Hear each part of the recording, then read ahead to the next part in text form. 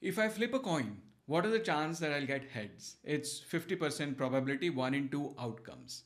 But if I flip the same coin 2 times, what is the chance that I'll get heads both the times? Well, it is 1 in 4. I can either get heads and heads, tails and tails, heads and tails, or tails and heads. So it's 1 in 4, which is 25% probability. If I flip the same coin 3 times, what is the chance that I'll get heads continuously in all 3 cases? It is 1 in 8, that is 12.5% probability. So you see that as I increase the number of flips, the probability of getting the expected result reduces. This is the case even if the probability of getting a result in a particular individual instance of a flip remains constant. This is basic mathematics. What has this to do with antinatalism? There is an argument similar to this put forth in a new book called Antinatalism, Extinction, and the End of Procreative Self-Corruption by Amanda Suknick and Mati Hairi. The book starts chronologically in a storytelling fashion.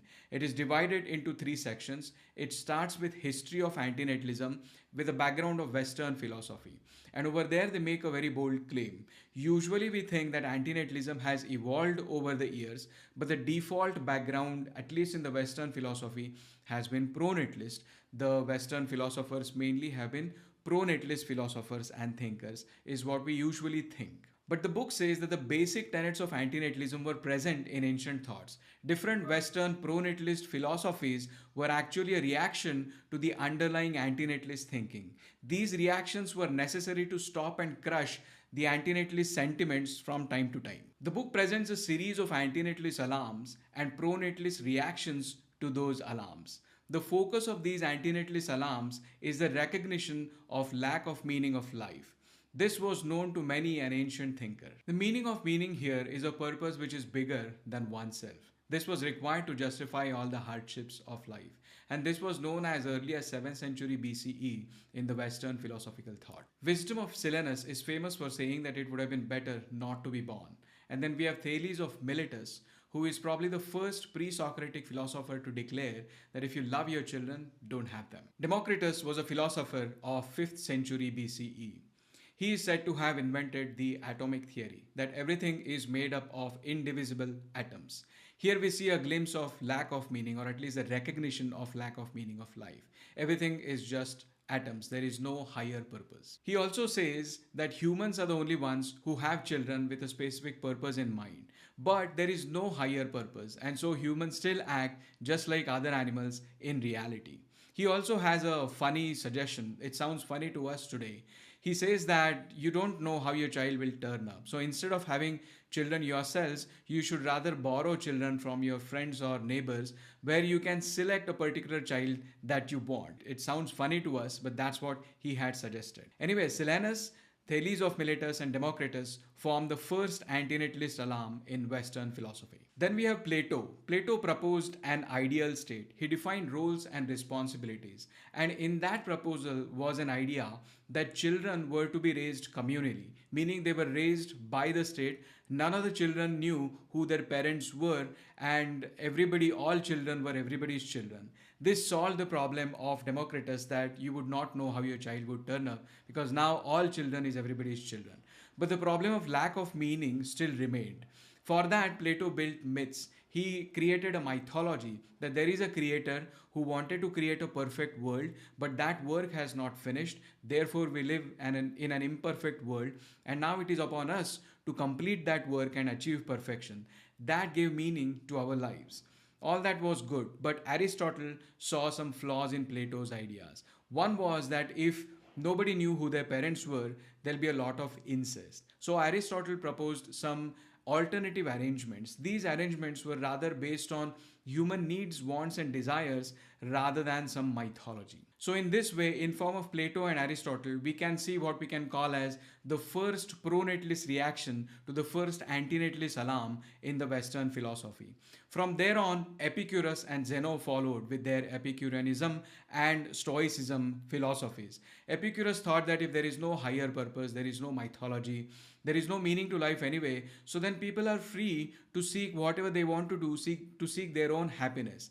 That is what Epicureanism was, to maximize your own happiness. This led to return of antinatalist sentiment. Cicero and Seneca spoke against having children in the face of lack of meaning. Seneca is the earliest source in the Western philosophy of what we know today as consent argument. Cynics maintained the antinatalist thought through centuries. It was their followers in the 1st century CE where we see the first connection of antinatalism and extinction. For now, perhaps only the one persuaded by me will go childless, while the world, unconvinced, will beget children. But even if the human race should fail, would it not be fitting to lament this as much as one would if the procreation of flies and wasps should fail? This is one of the earliest connections of antinatalism and extinction in Western philosophy on a species level. Christianity was born during the same time and started to grow.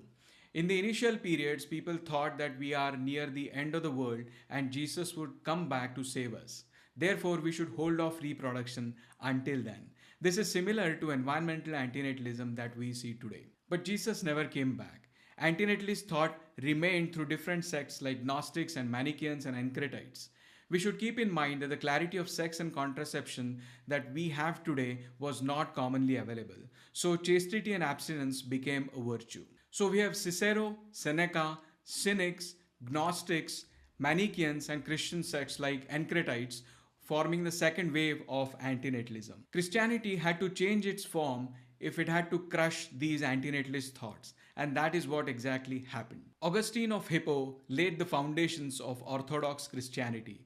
Augustine actually started as a Manichaean. In Manichaeanism, although salvation was possible, bringing a new life into existence was not allowed. Augustine started from here and went on to full-on Christian belief of original sin. Adam and Eve had sex. That was against the orders of God. This crime has led to the impending misery of humanity. There's an important point to note here in the book. God created humans in his own image. And because God created humans, he owns humans. And he has given humans the free will. But with that free will, humans have to obey God's orders. If they don't, they would be punished. Many atheists would say that it's actually the other way around, that humans have created God in their own image. The book makes a little stronger claim. They say that it's not just any humans, it is the pro-natalists who have created God in their own image, because they give the same attributes and attitudes to the God that are similar to the way parents treat their own children. After that, Christianity spread throughout Europe. There was a lot of fighting and a lot of wars were fought. In that period, people were just busy fighting those things, but not everything was so bad. The undercurrent of antinatalist thought was still going on. Abu al-Mari was a 10th century antinatalist poet with very strong antinatalist convictions. Now, Syria is not in Europe, was not in Europe at the time as well, but that was the golden period of Islamic age, and that knowledge was brought to Europe through Spain, which was under Muslim rule. Then we have the Christian sect called Cathars. They were antinatalist to the extent that they did not eat anything which was even produced through the process of reproduction. This Christian antinatalism was a serious threat to the Roman Catholic Church, and that is why Cathars were persecuted. They were the heretics of the worst kind. Eventually, they were silenced and the sect went dead. Thomas Aquinas was around the same time, and he thought that humans were God-created agents and humankind should continue so that we can keep on searching for God. Then in 17th century, utilitarianism was discovered, and George Berkeley, who was in Ireland, who thought that the way to achieve maximum happiness, which is the principle of utilitarianism, he thought that the way to achieve maximum happiness is to obey the rules of God so that we get afterlife and eternal bliss in afterlife. That way we can maximize the pleasure. Similarly, Leibniz was a mathematician, and he is credited to have invented calculus independently and in parallel to Isaac Newton. He thought that this entire universe is God's clockwork.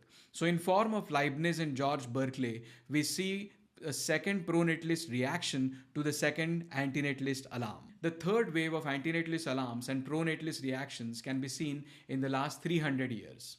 Philosophies like utilitarianism by Jeremy Bentham and deontological model of Immanuel Kant have been used on both sides by secular camps as well as conservative groups. In this period, we see philosophers like Arthur Schopenhauer and Soren Kierkegaard on anti-natalist side, but at the same time, Roman Catholic Church and other churches remained pro-natalist against an increasing awareness about contraception, abortion, and procreation in general. And then there is a section in the book which talks about connection of antinatalism and extinction. There are questions like, is extinction a mere consequence of antinatalism?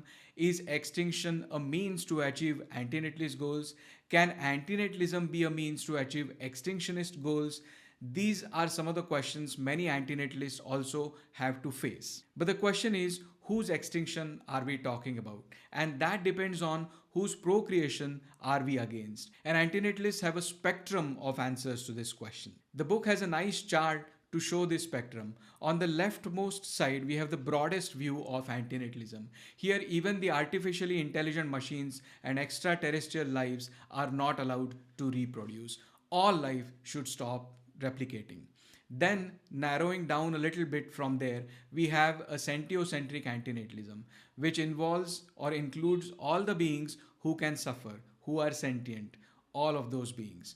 Narrowing from there, we have human-centric antinatalism, where only humans, but all humans, are only considered in antinatalism. It is anthropocentric antinatalism. If you narrow down further to the right-hand side from here, then you would have situations where only a certain groups of humans are allowed or not allowed to reproduce. And then problems like eugenics, racism, or reproductive discrimination come up.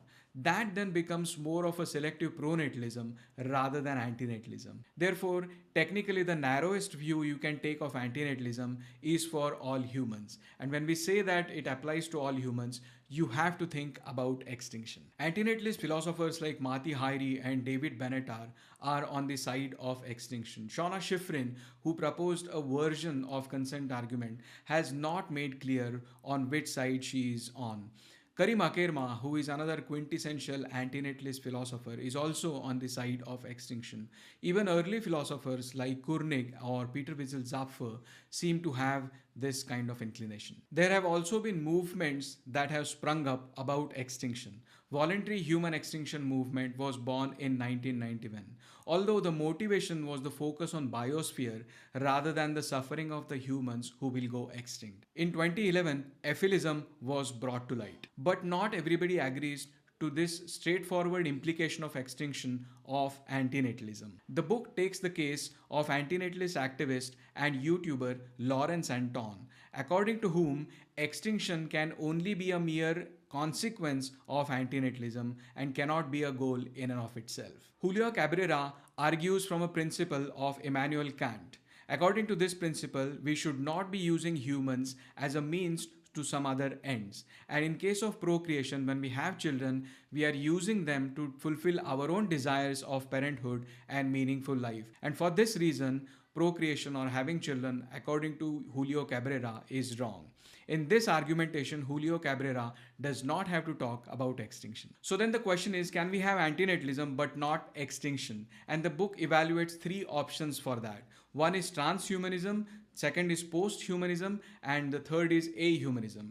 Transhumanism, David Pearce is a proponent of transhumanism. David Pearce actually is an antinatalist philosopher. In the sense, he agrees with antinatalism in principle. He himself does not have any children, and if he can, he would request everyone to not have children. But he also knows that in practice, humans will continue to have children, and they would not stop having children just because of some philosophical arguments. And therefore, he argues that we should focus our efforts on developing technologies which can help us reduce the suffering, which is the underlying argument for antinatalism itself. So if the transhuman utopian dream is achieved, there would be no suffering and extinction also would not occur. The problem with this approach is that as technological developments happen and as suffering is reduced, it can incentivize people to have even more children. So it's not entirely clear how antinatalism can be achieved even though extinction is evaded. Another approach would be Imagine that everybody is immortal. We develop some technology, some elixir through which everybody achieves immortality, but then nobody is allowed to reproduce. Everybody is convinced that they would not have any more children, but they would not die of old age. And that way, extinction does not happen, but antinatalism is achieved. But the problem is, eventually, even if you don't die of old age, you could still die from murder or accidents, or some people might just get bored of immortality eventually of this long eternity and might want to commit suicide. So, that given an infinite amount of time eventually will lead to extinction. That is a problem with this idea. The other option is post-humanism. In case of post-humanism, it's sort of a fictional concept that if we upload our minds to digital machines, then we would be free of the constraints of the biological body and we can keep on living in those digital machines for however long we want. Extinction would not happen in that way, but we would not be creating new beings. So antinatalism is still achieved. And the book evaluates one problem with that. If in the process of mind uploading, this mind uploading to the machines, if the continuity, the conscious continuity is not preserved, then what actually it would result is killing off of ourselves and creating new beings in the digital machines. And that is actually not antinatalism. The third option that book evaluates is ahumanism, which is proposed, I think, by Patricia McCormack. And here, if we would die out, it would be a dying out extinction. Human bodies, Homo sapiens, would die out because nobody would reproduce. But in the process, we would help the biosphere, the individuals in the biosphere, and we would have created a very nice, wonderful biosphere. And we would continue to live in the footprints of the work that we have done. This is sort of a notional existence and it avoids extinction in that notional way, but technically in literal way, it would still result in extinction. So these are the options that book evaluates, which try to avoid extinction but achieve antinatalism. So now we come to the third section of the book where the authors actually provide their normative position about how to decide right from wrong. They have a very basic principle. The principle is need frustration. It is wrong to cause or bring about need frustration, and it is right to alleviate or remove need frustration of a being. This is quite simple because need frustration is root cause of the suffering. They also refer to a fictional story by Ursula Le Guin. The story is Those Who Walked Away from the Omelas. It's an imaginary town called Omelas, and the citizens of that town are living a very happy, nice life. Everybody is living all happy lives. And the reason that they are living these happy lives is because there is a child somewhere in that town, in a house, in the basement of that house, who is going through a continuous horrible suffering. So that child is paying the cost for the happy lives of for the rest of the citizens of that town. When the citizens come to know about the suffering of that child, and when they come to know that they are able to enjoy their lives because this child is suffering, some of the conscientious citizens decide to walk away from the town of Omelas. They say that no matter how nice our lives are, it is not right that that child has to go through the suffering so we can enjoy our lives. Now, the case of procreation has some analogies to this story. The basic analogy is this. Imagine a couple who decides to have a child, and there is always a small probability that that child would suffer horrible suffering in their life. So you can say that that child, if that probability comes to realization, that child goes through the suffering, that child is the child in the town of Omelas. And these two people who are benefited by having that child, who are enjoying the experiences of parenthood, are the people who are corresponding to the citizens of that town. But immediately there is a counter argument. The argument is one, that is a probability. Second, it's a small probability. So the part of probability is what this book argues about. You can say that because it's a probability, we will take care of the child such that that probability never realizes and the child never suffers. That's a good argument. So imagine now that this couple says this and has a child. That child fortunately does not have to go through that horrible suffering. That small probability is eliminated and that child also has a good life. But that child in turn will have a child. So this couple will have a grandchild. And there is also the same small probability that that grandchild will go through a small suffering. But again, you can imagine that there was a small probability they took care against that and the grandchild never had to suffer. Now imagine this goes on infinitely. Now remember the flipping coin experiment that we talked about. As the number of flips increases, the probability of failure also increases. The probability of consistent success decreases. Similarly, when this couple has a child, that child then in turn has a child, that child in turn has a child, and so on. This can go on infinitely. Eventually, there would come a point where a certain child would go through horrible suffering. Now, how is this analogous to the town of Omelas?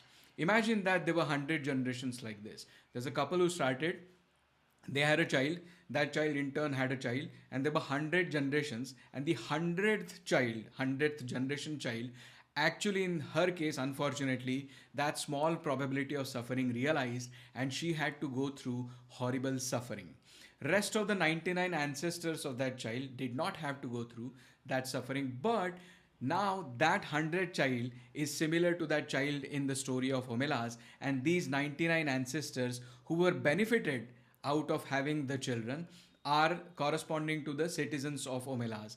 And if they are conscientious citizens, they would walk away from this cycle of procreation. That is the argument that this book makes, that there is always an eventual probability that your child would suffer or child in turn would suffer. This is because of the reiterative nature of procreation. Now, you could argue in this case that hold on, I'm going to have a child, but I'll make sure that my child becomes an antinatalist, and therefore they don't reproduce anymore, and then the Omelas child is never produced. That is another argument. Evaluating all of these arguments, they define a concept of procreative self-corruption. They say that procreators self-corrupt themselves by doing two of the three possible outcomes. One is definitely an outcome that if you have a child, because of the reiterative nature of reproduction, there would be produced a suffering child. There is a risk which they are taking. That is there. Second, if they say that I'm going to have a child, but I'm going to make that child an antinatalist child, then what you're essentially doing is you enjoyed the benefits of something, you are stopping your child from doing it because you had that child to enjoy the experiences of parenthood and to give meaning to your life, and now you're saying, oh, I did it for myself, but you're not allowed to do it. That is doesn't sound to be fair, and that scenario also seems to be unlikely. If you have enjoyed the experience of having children and if you have derived meaning to your life by having children, most likely you would also instill that pro-natalist attitude in your children, who would in turn then keep on reproducing. This manipulation of instilling the pro-natalist attitude is also a self-corruption. So one of the two outcomes can happen. You create an antinatalist child or you create a pro-natalist child. But in both cases, you have to condition them against something. In the first case, you have to condition them against something you've already done and you're not allowing them to do. In the second case, you're conditioning them to produce an Omelas child. And these two outcomes out of these three possibilities is what the authors call as procreative self-corruption. They also consider the ways to end this procreative self-corruption. Essentially, what are the ways to end this cycle of reproduction? So they provide a theory that imagine that people are convinced by this argument, then what are the possible outcomes or what are the possible approaches which could be taken to end this procreative self-corruption? And they provide 13 different alternatives. Some of them are variously different colored buttons and some of them are just alternative approaches. They talk about big yellow button, which is a technological improvement to remove all the suffering. This is similar to the transhumanist endeavor of people like David Pierce. Then they talk about big orange button, which is immortality by biomedical gerontology, which is like you invent a technology where everybody becomes immortal and do not reproduce. So there's no extinction, but there is antinatalism as well. And then big red button, we have already heard about different variations of big red button and different sides of whether people would press them or not. That's the big red button. Then there is also a big violet button where we upload our minds to virtual reality into the digital machines. There is a big blue button where we somehow achieve infertility. So everybody who exists become infertile, and that could be all of a sudden, which will involve a lot of suffering, or it could be in a phased manner. But acquired infertility could be a way to stop this cycle of reproduction. Then there is a big green button, which is sort of an environmental argument, like, leave the rest of the biosphere as it is for ecosystem and ecological balance and so on, and just humans check out. That's the big green button. Then there are some alternative approaches. There could be a antinatalist super man or woman who can somehow convince everybody about antinatalism or bring about the results of antinatalism. There is antinatalist dictatorship, which is not a very good outcome. There is antinatalist cult or religion, which I'm not sure the extent of which and what actually it would produce. Then there is antinatalist liberal democracy, which is a nice concept but hard to imagine how that would work. There is rational persuasion, which is the cause I think we all are doing, and this is the most favored alternative even by the authors. And then there is cunning of reason, which is a sort of manipulation. And then finally, benevolent machine. So a machine instead of humans do this job of making sure that the antinatalist outcomes are achieved.